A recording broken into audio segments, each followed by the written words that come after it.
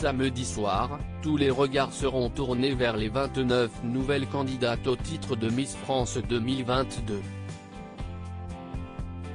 Elles seront départagées au cours d'une cérémonie placée sur le thème de la comédie musicale, puis, une d'entre elles sera élue par le public et succédera alors à Amandine Petit. Ces 28 concurrentes seront alors sans doute laissées avec un sentiment d'inachevé. Mais serait-il d'ores et déjà possible de connaître le nom de la gagnante? D'après une ancienne Miss, à bien y regarder, on pourrait peut-être en tout cas cerner les finalistes.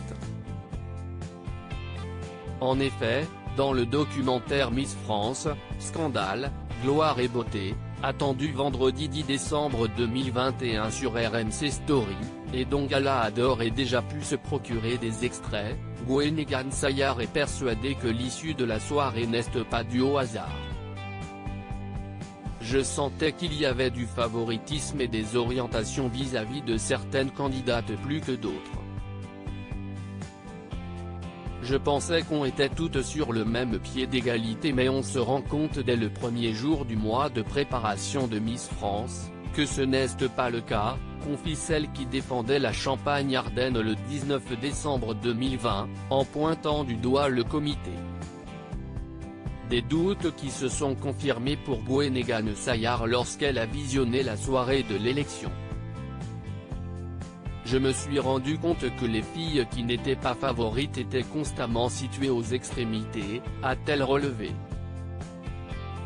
Plus encore, la reine de beauté de 22 ans a regretté des différences de traitement lors de la mise en beauté. Le soir du show Miss France, les favorites étaient maquillées et coiffées par les chefs coiffeurs. Tout est calculé pour que les favorites soient davantage mises en avant, assure la jolie brune. Des accusations que Gwenaëlle Sayar a déjà tenues juste après l'élection d'Amandine Petit en 2020. Sylvie Tellier avait alors dénoncé son manque de fair-play.